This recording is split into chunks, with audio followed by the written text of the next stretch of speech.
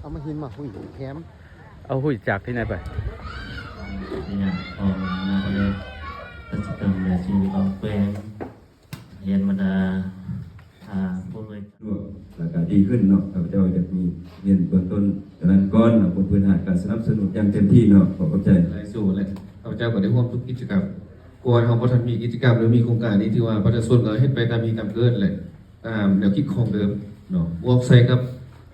สาวนุ่มวัยรุ่นที่ว่าถือเราที่เอาเป้าหมายสาวนุ่มมาห่วงเนาะคำว่าแบบยืนยงเราจะไปแก้แต่ต้นเหตุผู้เฒ่าผู้แก่เฮ็ดหมดไปหรือว่าเอาปลุกจิตสำนึกแต่เด็กน้อยมาก็จิบอยู่มันจิบยืนยงข้าพเจ้าคิดว่าถือแล้วเดี๋ยวสาวนุ่มเข้ามาห่วงถึงสันข้าพเจ้าก็ได้เข้าร่วมทุกกิจกรรมแล้วก็ที่ว่าดีขึ้นได้แล้วก็สามารถเอานำไปใส่คือพวกข้าพเจ้าหลังจากมาเข้าร่วมแล้วก็ไปห้องการกับไปลงไอ้น้องห้องการเนี่ยเขาลงพิกเวียกหรือว่าลงบอลลงพักพุทธบ้านในเกสาวนุ่มใบนุ่มอยู่ภาคท่านบ้านก็เอานำเอานี่ไปซ้อนไว้มองไปนำเลยแต่ตั้งแต่แล้วรักษาสิ่งแวดล้อมหรือว่าตั้งแต่ที่เราจะมีน้ำมีการปลูกฝังเลี้ยงสัตว์อะไรชีวิตมันดีขึ้นเกี่ยวพันกันเนาะถือว่าดีเลยคือเกี่ยวกับน้ำมันท่านข้าพเจ้า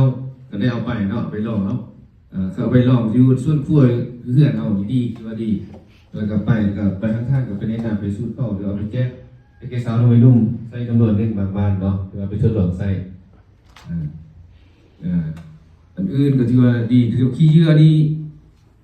ก่อนว่าท่านมีการจัดการก็ที่ว่ายุ่งยากเดี๋ยวนี้ก็เริ่มที่เป็นทางแล้วโดยเฉพาะบ้านยังไตเขาก็มีสนามแล้วแต่ก็ยังบ่ทันละเอียดช่วงฤดูฝนไปกับทางคาดเดไปกับที่มันก็เต็มเดี๋ยวนี้เขาได้มีกิจกรรมแล้วมีไปจบไปปั๊บบนแยกขี้เยื่อเนี่ยแบบที่ใช้ได้โดนได้ยาวหน้าก็จะเป็นการดึงให้เจ้าพ่อแม่บางส่วนท่านเอาไปที่ถึงจุดนะครับได้ใส่ได้ยาวหน้าแล้วก็มีการจัดการอย่างซึ่งวิธีแต่ว่าปัจจุบันนี้ก็ยังมีบางคนโยที่ว่ายังชื่อเบาเนาะบางคนก็โอ้ยมีเล็กน้อยไปทีมซักทีมใส่ไปแต่ยังมันก็ยังบ่เลี้ยวอันนี้ก็ยังที่เป็นเพียงซื้อโตเนี่ยตัวหน้าเนาะหรือพ่อแม่สปอร์ตแต่บ้านนี้บ้านอื่นๆนี่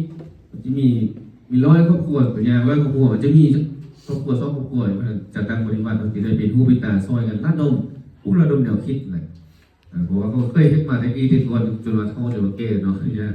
อาจจะเปลี่ยนไปแล้วนั่นเนาะแต่ว่าที่เกี่ยวกับน้ำมันที่ว่าเมื่อก่อนกันเนาะที่ว่า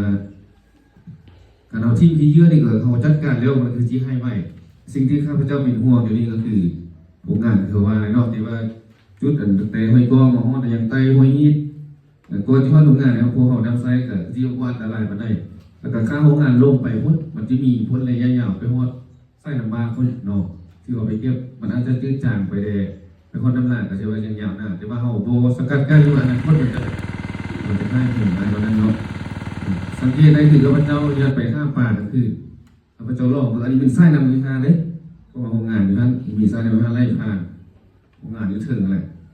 ข้าพเจ้าบอกว่ามีการระบบบำบัดยางข้างในข้าพเจ้าลองเบิ่งว่าขึ้นเป็นจังซี่มันคือสิมีป่าไล่เหตุนี้ข้าพเจ้าไปลองเบิ่งไปตามเบิ่งเพราะมันพื้นน้ำมันแม่นกินกันไม่แล้วเท่ามันเป็นซี่นั่นเลยคือยางต่างนี่แหละปูป่าบ่มีบ่ได้จนละแซ่บลงไปได้นึงเนาะขึ้นมากายของงานมันก็มีปูมีปลากับไข่กับเขี้ยวประมาณนี้พวกต้นมันมองงานไหนของงานแล้วก็ไล่ไปป้องใส่น้ำลายมองกันเราคิดว่าอนาคตกันโครงการนี้ก็เป็นไปได้เนาะเชิญได้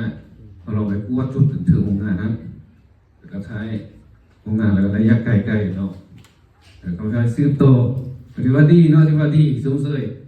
ก็มองเข้าใจเลยว่าถ้าให้โครงการซื้อโตถือว่าเมื่อโครงการนี้แล้วก็ให้มีโอกาสโซ่มาซื้อโตเนาะคือแบบนี้มาซื้อโตก็ดีคือแบบนี้นะนี่ก็ทำลายจุดโครงงานก่อนหอยกองนั้นโซ่มาเขายังนำไส้ยาขายขายาน้ำลูกน้ำปลาไม่อื่นเลยขณะมีโอกาสเรื่อยๆก็จะเป็นการพวกจิตเรื่องว่าดีขึ้นเนาะต่อการนี้ทำให้มือสุดที่กันเนาะเขาเข้าใจ